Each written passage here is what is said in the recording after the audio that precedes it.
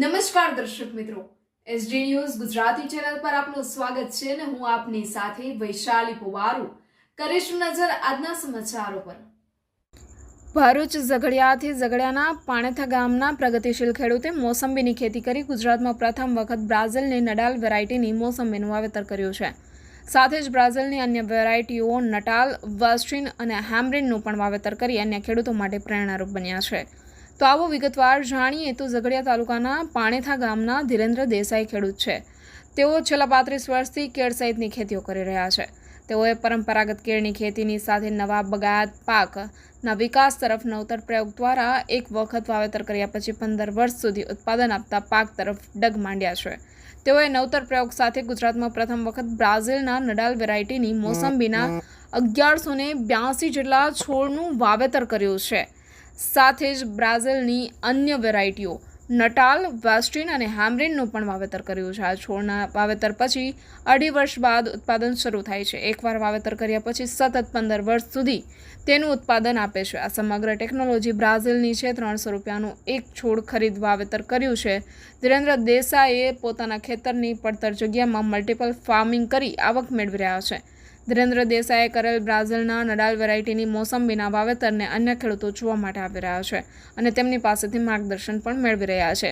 તો આવો જાણીએ પાણેથાના આ ખેડૂત ધીરેન્દ્રભાઈ દેસાઈ શું કહેવા માંગે છે। રિપોર્ટર જયેશ પ્રજાપતિ સાથે એસડી ન્યૂઝ ગુજરાતી પર અંકલેશ્વરથી।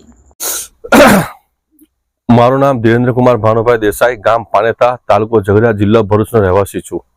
હું છેલ્લા 35 વર્ષથી કેળની ખેતી કરું છું, પણ હવે અમારા વિસ્તારમાં નવા બાગાયત પાકના વિકાસ માટે મેં બ્રાઝિલની સ્વીટ ઓરેન્જ વેરાયટીનું આ વર્ષે નટાલ વેરાયટીનું ગુજરાતમાં સૌપ્રથમ વાર એક ખેડૂત તરીકે મેં વાવેતર કરેલું છે।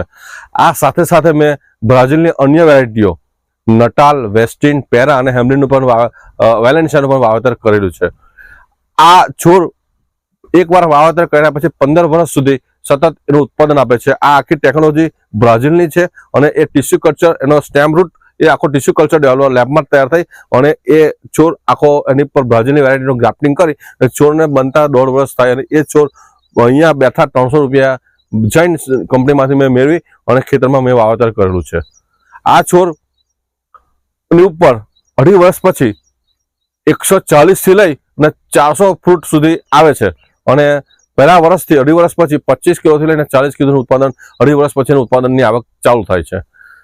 આ છોડ 13x9 મતલબ 2 ચાસ વચ્ચે 13 ફૂટ અને 2 છોડ વચ્ચે 9 ફૂટના અંતરે 1182 છોડનું મેં વાવેતર કરેલું છે। હવે એ ઇન્ટરક્રોપ તરીકે મેં એમાં ચોરી, ધાણા અને પાલકનું પણ વાવેતર કર્યું છે, જે ખેતરના જે બી પડતર જગ્યા છે એમાંથી બી અમે મલ્ટિપલ ફાર્મિંગ કરી અને એનું ઉત્પાદન લઈ રહ્યા છે।